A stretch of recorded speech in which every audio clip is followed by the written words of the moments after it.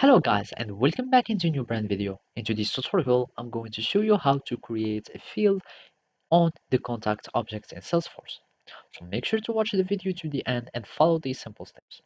So now we need to go to setup. So from the setup here, we can be able to customize anything for our organization or for our Lightning experience in Salesforce. So here we need just to go to the objects manager so we can create a new field for our contacts object.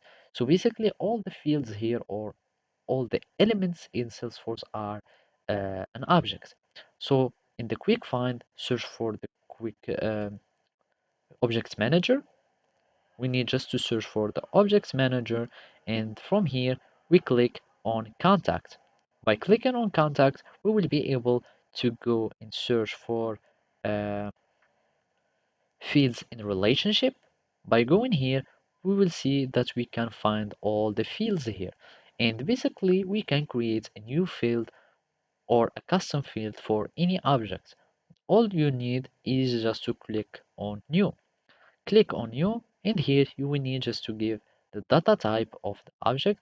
Would it be an auto number, a formula, or a checkbox, currency, date time, etc. etc.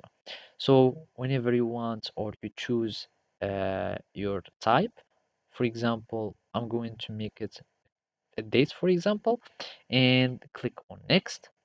And here you will need just to give it the label or the name of your field. So the label would be my date or like that. And this is the field name, date of adding or whatever. You give it a description, and of course you can choose if it would be required, etc.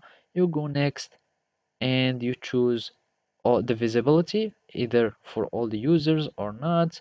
You click on next again, and here you will need just to choose to dynamic forms if you already have one, and click next, and then you will need just to click on save and new, and now you have your custom field. So basically that's it. Thank you for watching and see you next time.